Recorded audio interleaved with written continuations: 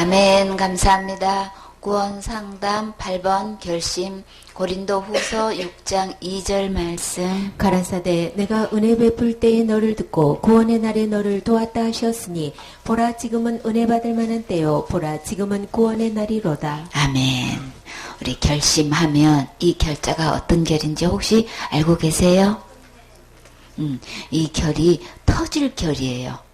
이게 어떻게 터졌냐면은 우리 이 제방에 이게 무너질 때 그 터지는 거 있죠. 그래가지고 물이 막 이게 넘쳐서 흐르는 그 상태의 이 결자가 그래 터질 결인 거예요. 터지다, 그냥 터놓다, 막아놓는 것을 그냥 아주 제거해서 물을 막 이끌어내다, 갈라놓다, 이게 열어놓다, 이제 이런. 내 심령이 이 복음을 들으니까 어떻게 내 마음이 결심을 했냐면 이 그냥 마음이 터져서 문을 열지 않을 수가 없는 이런 결단이 지금 그런 결심이 지금 이루어지는 거예요. 오늘이 어떤 날이길래? 오늘 은혜 받을 만한 때고 오늘이 구원의 날이 될 수 있기 때문에 이 말씀을, 이 구원의 복음의 말씀을 듣고 내가 결단하지 않을 수 없는 거죠. 이 마음이 터져가지고 마음이 그냥 활짝 열려서 예수님을 주인으로 모시기로 이 결단한다는 이 결자가 그런 뜻인 거예요. 이렇게 해서 정말 주님께서 우리에게 은혜를 베풀어 주셔서 어느 누구도 천국 갈 수 있게끔 이렇게 다 해놓으셨구나. 우리가 제 문제를 우리가 고민할 게 아니고 내가 스스로 해결할 게 아니고 이미 우리가 할 수 없기 때문에 예수님이 오셔서 다 해놓으셨구나. 우리가 이 복음을 듣게 되면은 우리 결단해야 되는 거죠. 우리의 마음이 이 결심을 해서 정말 이 복음을 듣고 이 구원의 날에 주님의 날을 도와주셔서 이미 다 해놓으신 것 알게 되면은 우리 이 구원을 지금 받아야 되는 거죠. 내일로 미룰 수가 없는 거예요. 남에게로 미룰 수가 없는 거예요. 누가 먼저 받아야 돼 할 수가 없어요. 그렇죠? 그래서 복음을 진짜 분명히 깨달았다면 내 마음에 열렸어. 주님, 나 그 구원 내가 받고 싶어요. 내가 받아야 돼요. 그렇죠?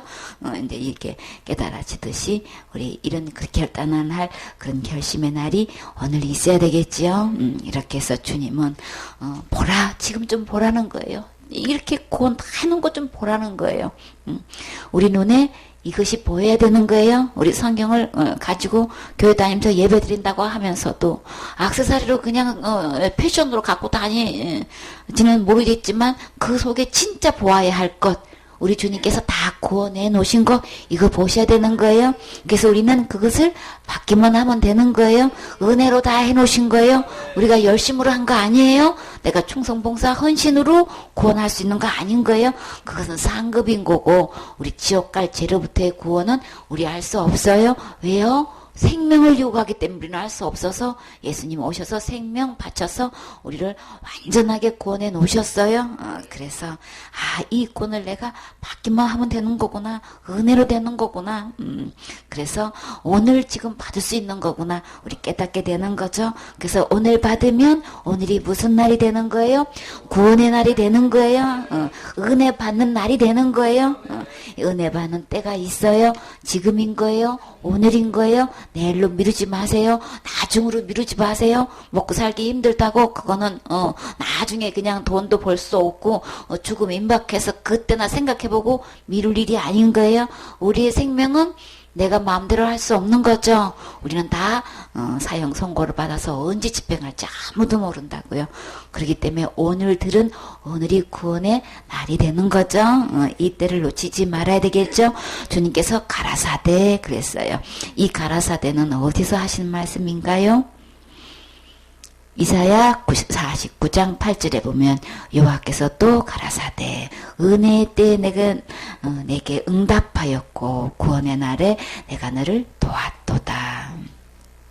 진짜 응답은 하나님이 하셔야 되는 거죠. 우리에게 어떻게 응답을 해주냐? 은혜로 해주시는 거예요.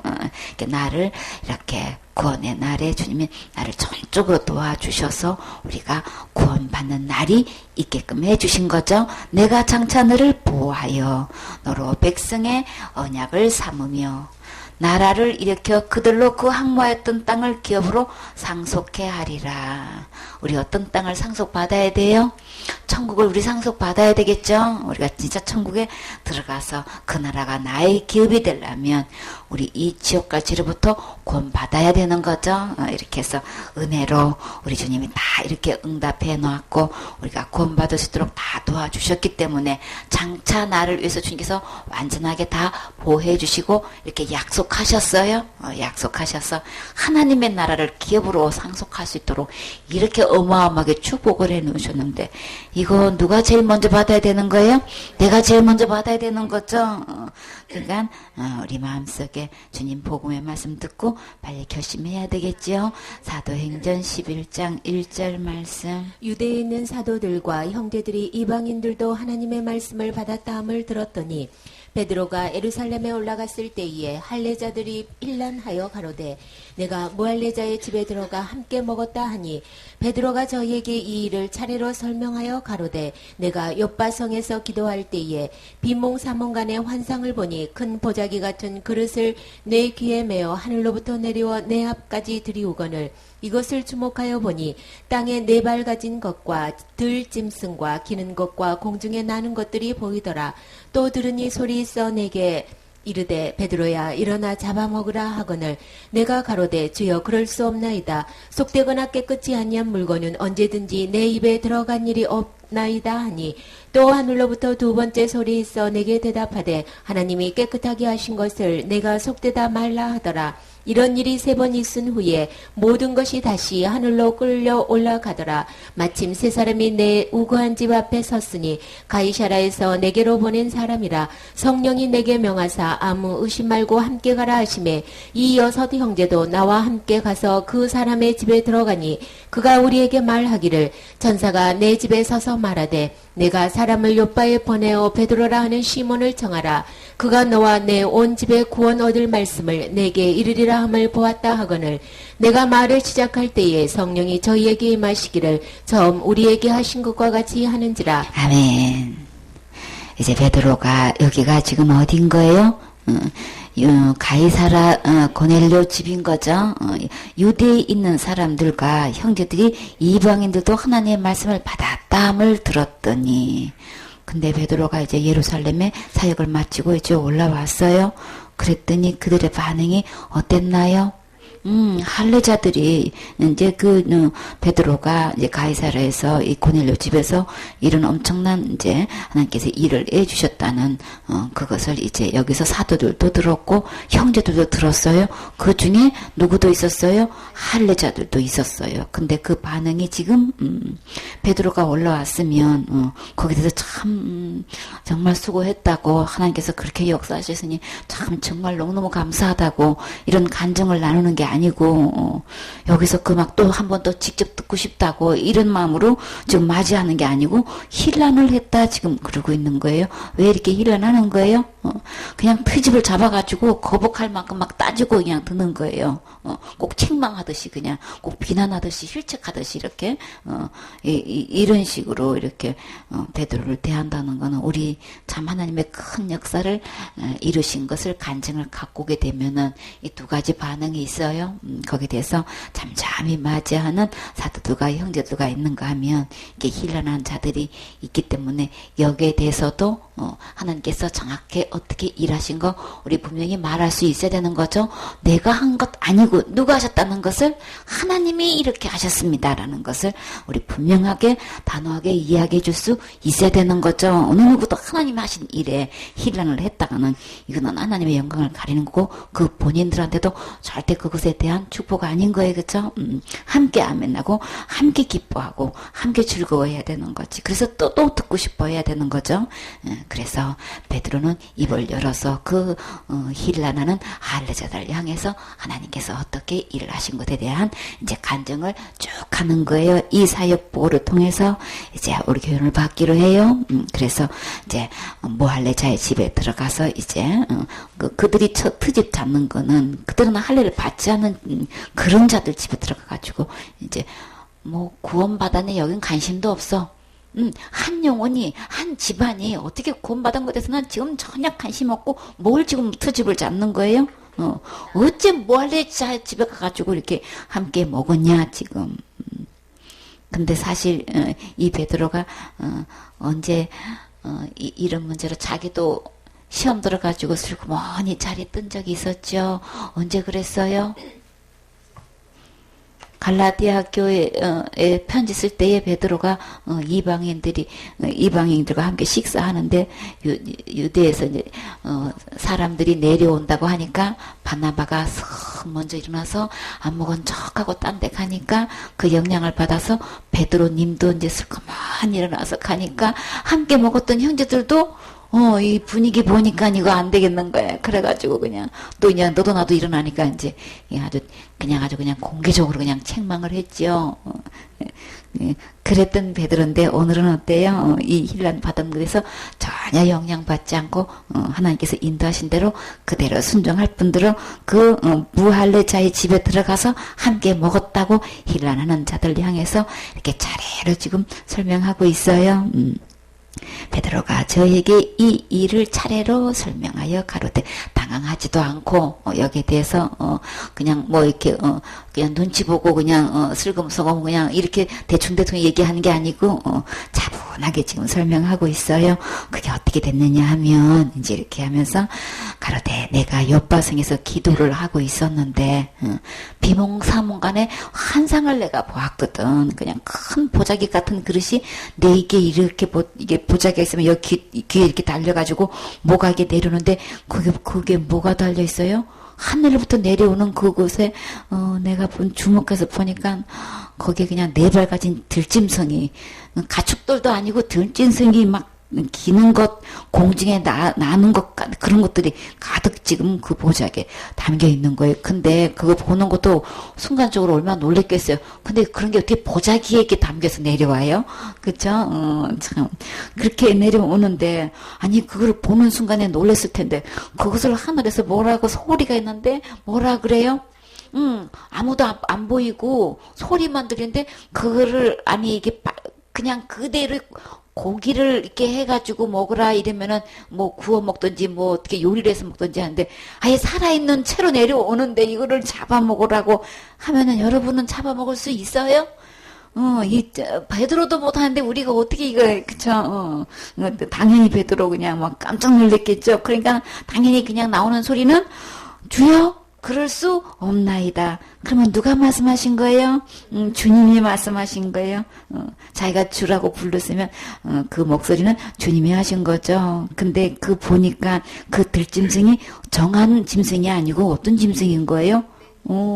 속되거나 깨끗지 않은 물건은 언제든지 내 입에 들어간 적이 없나이다. 베드로가 어부 출신인데도 굉장히 이 부분에 대해서는 굉장히 그냥 단호하게 얘기하는 거 보니까 나름대로 그래도 이런 거는 저 굉장히 깨끗하거든요. 막 이렇게 내 입에 들어간 적이 없다. 누구 생각나나요? 내가 어렸을 때부터 이거 다 지켰다는 부자 청년이 생각나요. 그쵸? 들어간 적이 없대. 여러분은요? 없었으면 뭐 근데 아주 베드로는 아주 그냥 아주 딱 한마디로 그냥 그럴 수 없다고 딱 얘기하는 거예요. 주님 나 그거 참 잡아먹을 자신이 없어요. 이게 아니고 속되거나 깨끗이 아니한 것 이건 어딘 거예요? 율법에 비춰봐서 나는 이런 거 입에 넣은 적이 없다는 거예요. 그렇죠? 율법에 의한 의인이 또 나타나셨어. 그래서 하늘로부터 주님은 물러가지 않으셔요. 그렇죠? 두 번째 소리 있어. 그러대. 하나님이 깨끗하게 하신 것을 내가 속되다 말라더라. 아무리 이렇게 속되거나 깨끗이 않아도 우리 주님은 어떻게 이 모든 것을 깨끗하게 해 주셔요? 거의 모든 물건이 뭐로 깨끗하게 돼요? 피로서 다 정결케 되지요. 근데 이 깨끗한 거를 사람이 한 것도 아니고 누가 하셨다고 하시는 거예요? 하나님이 깨끗하게 하셨다는 거예요. 우리 하나님 깨끗하게 하신 거 우리 윤리도덕적으로 우리 또 율법에 의해서 우리 사람의 생각으로 속되다고 하면 안 되겠죠. 그 모든 속된 것도 우리 주님은 다 깨끗하게 하실 수 있으세요. 그리고 이미 깨끗하게 하신 거라고 하셨어요. 그러면 이미 깨끗하게 된 거죠. 그래서 우리 하나님께서 깨끗하게 해 주신 것 우리 그대로 받아야 되는 거죠. 우리 배운 신학이나 전통이나 교리나 이걸로 주장해서는 안 되고 지금 주님께서 주신 말씀을 그대로 아멘하고 받아들여야 되겠죠. 이런 일이 3번씩 있은 후에 모든 것이 다시 하늘로 올라가더라. 이제 이런 일이 있고 난 다음에 이 베드로가 이 부분에 대해서 이해가 갔나요? 이해할 수가 없죠. 왜 이런 환상을 보여주셨을까? 왜 이런 말씀을 하셨을까? 다 이해가 못 됐지만, 하여튼, 그런 일이 이제 있은 그런 후에, 마침 그때에, 이 옆바에 누가 찾아왔어요? 마침 3사람이 이 네우가는 집 앞에 섰으니, 어디서 온 거예요? 가이사라에서. 요빠하고 이 가이사라는 거의 그렇게 멀지가 않아요. 요빠에 베드로가 있다는 걸 이제 알고 이게 사람을 이렇게 보내가지고 그 사람이 이제 문을 두드리는 거예요. 그때 마침 이제 사람이 왔다는 것을 알고 있을 때에 성령께서 또 뭐라고 말씀하셔요? 내게 명하사 아무 의심 말고 함께 가라 하시매. 이 6 형제도 나와 함께 가서 그 사람의 집에 들어가게 됐다. 지금 그 전에 10장에 자세히 이제 이렇게 가이사라에 가가지고 이렇게 고넬료 가정에서 하나님께서 하신 일이 자세히 나와 있는데 예루살렘에 도착해서 일어난 사람들을 이야기할 때는 이렇게 단축해서 이렇게 가게 된 거냐. 성령님이 가게 해서 내가 그 집에 가게 된 거다. 이제 이야기를 하면서 의심하지 말고 함께 가라. 이제 이렇게 해서 내가 순종해서 6 형제도 이제 나와 함께 이제 그 집에 들어가게 된 거다라는 걸 자초지정을 이제 이야기해요. 그가 우리에게 말하기를 천사가 내 집에 서서 말하되 내가 사람을 요빠에 보내어 베드로라 하는 시몬을 정하라. 고넬료가 기도하고 있는데 그 기도와 구제가 하나님 앞에 상달됐다고 그랬죠. 그런 고넬료도 그 상태로 구원받은 상태인 거예요? 아니죠. 아무리 그렇게 구제가 많고 예배당을 지어 바치고 그렇게 그냥 밤낮으로 하나님께 기도해서 기도가 상달된 고넬료라 할지라도 그걸로 어느 누구도 구원받을 수는 없어요. 누구를 막론하고 우리 스스로 구원받을 사람 이 세상에 아무도 없어요. 그러니까 신앙생활 아무리 잘해도 아무리 이쁘게 충성 봉사해도 아무리 사역 잘해도 구원받은 것은 전혀 아닌 거예요. 다 구원받아야 되는 거예요. 누구로부터? 예수님으로부터 우리 구원받아야 되는 거예요. 하나님께서 깨끗하게 하신 것, 하나님께서 깨끗하게 하신 그 구원을 우리는 받아야 되는 거죠. 지옥과 죄를 하나님이 오셔서 다 깨끗하게 해놓으셨단 말이에요. 그건 어느 누구도 받아야 구원인 것이지. 내가 이렇게 잘하고 있는데 이것이 절대 구원은 될 수 없는 거예요. 우리가 구분하셔야 되는 거죠. 그래서 고넬료 사건을 하나님께서 성경에 기록해 놓으신 거예요. 그렇게 구제를 많이 했던 이 착한 고넬료도 그렇게 밤낮으로 기도하고 이렇게 하나님을 경외했던 이 고넬료도 절대 구원받은 거 아닌 거예요. 그래서 그것을 어떻게 할 수 있어요? 주님이 그렇게 말씀하셨어요. 이렇게 요빠에 보내서 베드로를 왜 이렇게 시몬을 이렇게 청하라고 하셨다는 분명한 말씀이 나와 있죠. 뭐라고 하셨어요? 베드로를 청한 이유는 그가 너와 내 온 집에 어떤 말씀? 구원 얻을 말씀을 내게 이르리라. 가면 그 요빠에 있는 이 베드로가 있는데, 그 사람은 이제 시몬인데, 그 입에는 너도 그렇고, 너 온 집이, 그럼 지금 현재 스코아? 구원받은 상태? 아닌 거예요? 그냥 이렇게 그냥 하나님을 경외하는, 이렇게 굳이 불쌍한 사람들 구제하고 있는 이 가정이 너무 귀한 거예요, 하나님 보실 때. 그러면 이 고넬료 가정은 제일 시급한 게 뭐예요? 구원받는 거예요. 하나님 보실 때는 가장 큰 축복, 진짜가 줘야 할 것, 정말 응답하시는 하나님, 그쵸? 다 은혜로 우리에게 이렇게 응답하시는 이 좋으신 하나님이 이 고넬료 가정에 그 기도의 응답이 뭐냐 말이에요. 그 고지한 축복을 어떻게 줘야 되겠냐 말이에요. 하나님 보실 때 이 고넬료 자신도 그렇고 고넬료 집에 있는 모든 사람도 그 상태로 구원받은 거 아닌 거예요? 이거 알아야 되는 거예요? 저렇게 그냥 교회도 잘 섬기고 목사님도 잘 섬기고 충성봉사 헌신하는 저 장로님이 구원 못 받았겠어? 구원? 못 받았어요? 오직 구원은 하나님도 받는 거예요? 고넬료도 구원 못 받았어요? 그러니까 우리 구분하셔야 되는 거죠? 그래서 신앙생활 잘하는 것 같고 어느 누구도 그걸로는 구원 받는 거 아닌 거예요. 그렇기 때문에 우리는 어떻게 구원 받는지 봐요. 그래서 이 고넬료도 지금 너와 내 온 집에 구원 얻을 말씀을 내게 이르리라. 그러니까 그 말씀을 이렇게 경외해도 어느 누구도 이 가르쳐 주는 사람이 없었어. 들은 적이 없는 거예요. 그러니까 특별하게 그것도 제자 중에 누구를 수제자를 이렇게 하나님께서 이 고넬료 가정에 이렇게 초청해서 듣게끔 해주신 것 진짜 이거는 엄청난 축복인 거죠. 이렇게 하나님의 종을 이렇게 주님께서 다 이렇게 천사를 통해 가지고 응답받아서 요청해서 너희 집에서 이 말씀을 들어라 한 적은 이 고넬료밖에 없잖아요, 그죠? 참 진짜 감사해요. 예수님이 직접 가셔가지고 누구 집에 사개오 집에 직접 들어가가지고 이렇게 가신 적은 있어도 이렇게 사도들을 그 집에 보내가지고 그와 그 모든 집이 구원 얻게끔 이렇게 하신 적은 없잖아요. 진짜 하나님께서 가장 필요한 응답을 하시는 거죠. 하나님답게 진짜 응답하시는 거죠. 가장 큰 축복은 이 구원의 말씀을 듣게 하시는 거예요. 이렇게 해서 여기서 보면 이 천사 입을 통해서 베드로는 구원 얻을 말씀이 베드로에게 있다 이렇게 말씀하셨는데 사도행전 15장 7절에는 베드로 스스로가 자기에게는 어떤 말씀이 있다고 말씀하셨나요? 많은 변론이 있은 후에 베드로가 일어나 말하되 형제들아 너희도 알거니와 하나님이 이방인들로 내 입에서 어떤 말씀? 복음의 말씀을 들어. 자기 입에는 복음의 말씀을 들려줄 수 있는 사람으로 스스로가 이야기를 해요. 그러면 나 스스로 나 자신을 이야기할 때 내 입에는 복음의 말씀을 들려줄 수 있으신가요? 그쵸? 내 입에는 정말 구원 얻을 말씀이 있으신가요?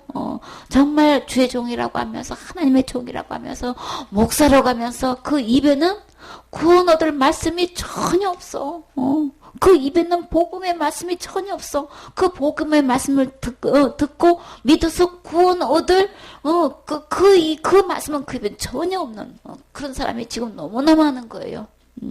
그래서 한 영혼을 딱 붙여놓고 이 사람이 지금 구원을 못 받았으니까 이 사람에게 그 구원의 복음의 말씀을 들려주어서 오늘 천국 갈 수 있는 이 구원을 얻게 하는 말씀을 들려주세요 라고 하면은 그 사람 앉혀놓고 이 구원 상담을 해줄 사람이 지금 그렇게 주의 종이라고 신학교 나와서 목사 직분도 갖고 있으면서 이 사명자의 직분을 갖고 있으면서 이렇게 하지 못한 사람이 얼마나 많냔 말이에요. 신방 전도사 해가지고 그저 하루에 그냥 새벽같이 나와서 밤 늦게까지 그렇게 집집마다 다니면서 신방하고 돌보면서도 그 가장 한 명 한 명을 이게 구원 얻을 말씀으로 격려해주고 이렇게 돌봐주면 얼마나 귀하겠냔 말이에요. 도대체가 직분은 갖가지 직분을 다 갖고 있는데 그 큰 게 그렇게 목사님도 많으시고 전도사님도 많으시고 사명자가 얼마나 많은데 도대체 한 영혼을 천국 보내는 이 구원의 말씀을 들어볼 수가 없어. 들어볼 수가 없어.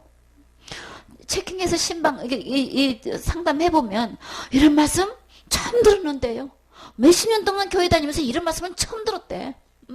이렇게 구원의 말씀을 들은 적이 없대. 왜 우리 교회는 우리 목사님은 이 말씀을 왜 안 전해줄까요? 이렇게 쉬운데 왜 안 전해줄까요?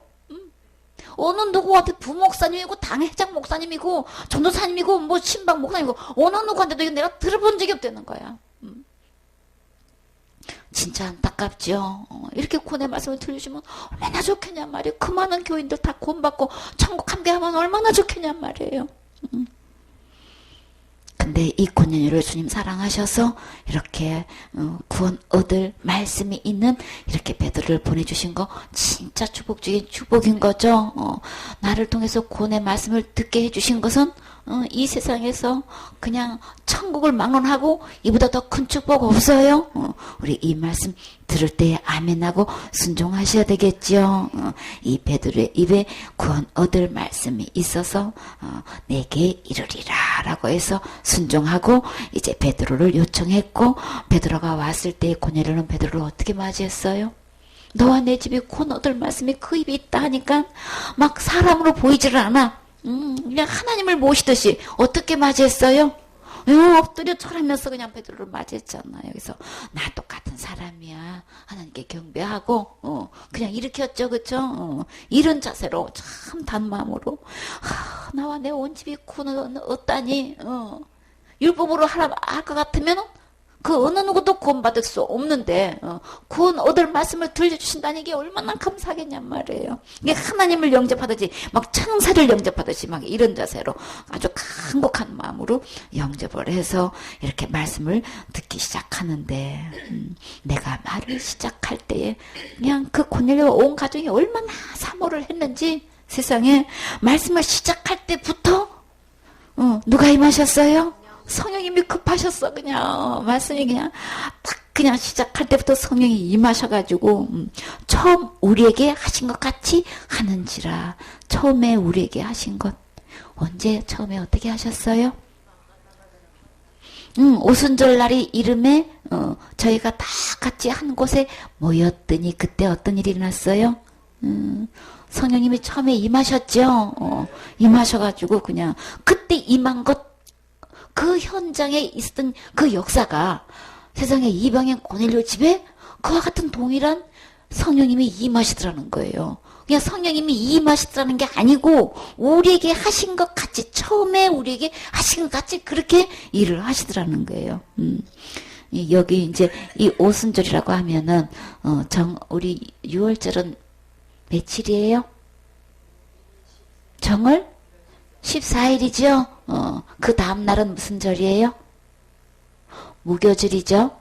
그때부터 시작해가지고 16, 17, 17 이렇게 해가지고 그때부터 숫자가 50일인 거예요. 그게 오순절이에요. 그때가 이제 막 보리 추수할 날인데 이제 그때가 오늘날 우리 달력으로 하면 5월 20일인 거예요. 5월 오순절날 그때 오순절 때 우리에게 임했던 이 첫 성령님이 임하실 때처럼 그렇게 했다.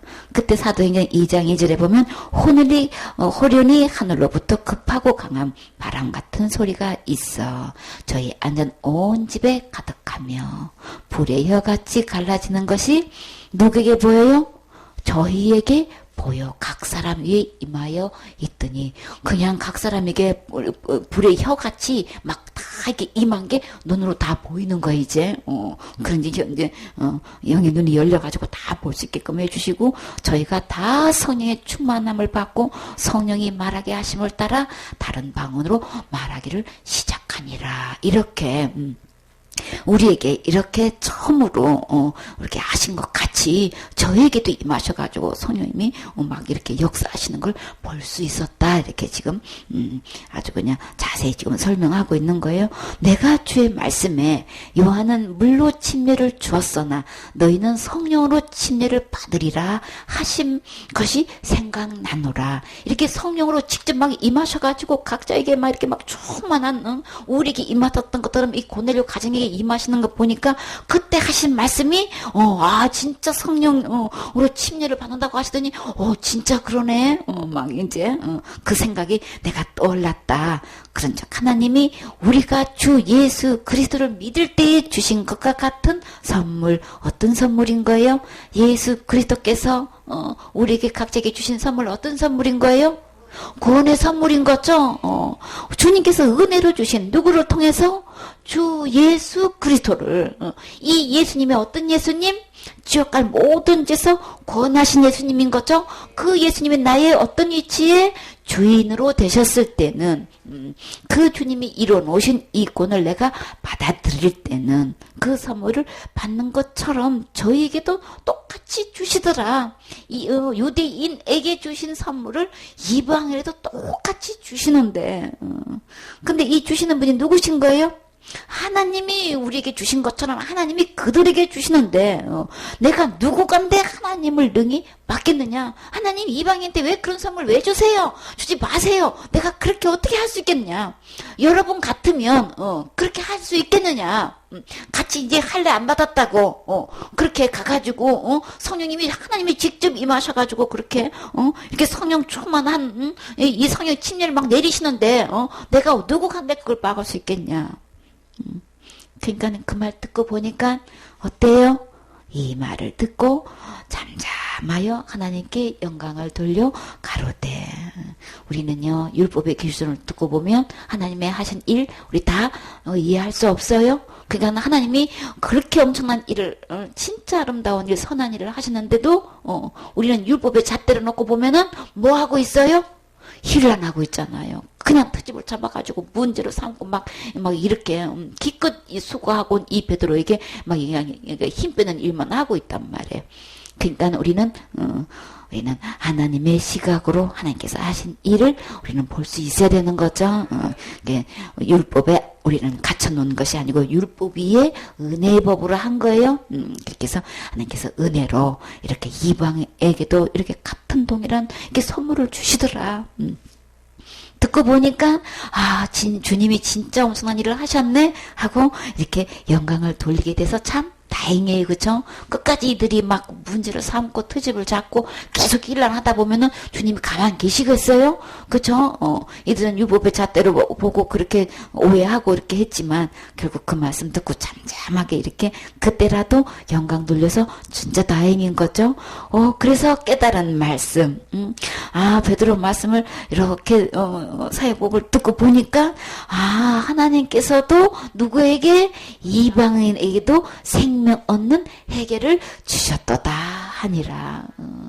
이렇게 이 고넬료 온 가족이 친구들도 같이 왔었죠. 이들이 함께 구원 받는 모습을 보고 이렇게 어떤 표현을 해요? 생명을 얻었다라는 이 생명은 어떤 생명인 거예요?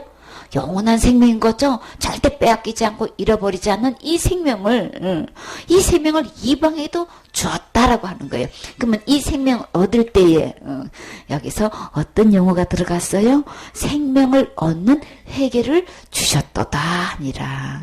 이 회개는 일생에 몇 번 있어요? 한 번 있어요.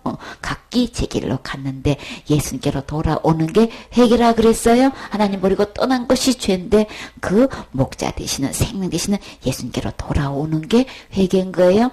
그 생명 되신 예수님께로 돌아오니까 무엇을 얻었어요? 생명을 얻었어요. 구원을 얻었어요. 제사함을 얻었어요. 깨끗함을 얻었어요. 이렇게 해서 이렇게 회개하면 주님께서 지금도 어느 누구에게도 이 생명 주셔요. 생명을 얻는 거라 그랬죠. 그래서 이방에도 생명 얻는 회개를 주셨도다. 예수님께로 오기만 하면 다 이방에도 이렇게 생명 주시네. 그리고 주님 감사합니다. 그리고 하나님 하신 일을 칭찬하고 영광 돌렸다 그랬죠. 이렇게 고넬료 가정에 주님께서 찾아가서 사람을 보내가지고 이 귀한 복음을 들려주시고 이렇게 구원 받게 하신 것처럼 지금도 정말 나는 지금 구원 못 받았어요. 저 지금 죽으면 지옥 가요. 나 어떻게 하면 천국 가는지 나 몰라요. 주님 나 그 말씀 듣고 싶어요. 이렇게 간절히 기도하고 사모하시면 주님께서 이 구원의 복음 말씀 들려주셔요. 오늘 구원 받을 수 있도록 오늘 은혜 받은 만한 때 오늘 구원의 날 될 수 있도록 주님이 들려주셔요. 우리 마음속에 소원하시고 결심하시고 하나님께 기도하시면 이 말씀 듣고 깨닫고 이렇게 생명 얻는 해결을 주신 것처럼 오늘 이 생명을 얻게 해주셔요. 그러니까 우리는 이 길을 떠난 하나님 말씀으로 돌아오셔야 되겠지요. 돌아오셔서 이렇게 고넬료 온 가족이 구원받은 것처럼 나와 내 온 집도 함께 생명 얻는 이 해결을 할 수 있고 구원받을 수 있도록 은혜를 베풀어 주셔요. 다 이루어 놓으시고 우리에게 선물로 주시는 거예요. 받으면 되는 거예요. 내가 뭘 할 수 있는 거 전혀 아닌 거예요. 그래서 오늘 구원의 날 될 수 있는 거예요. 그래서 기록된 하나님 말씀으로 돌아오시고 끝까지 계속해서 이 말씀 들으세요. 그럼 함께 구원받고 천국 갈 수 있어요. 아멘.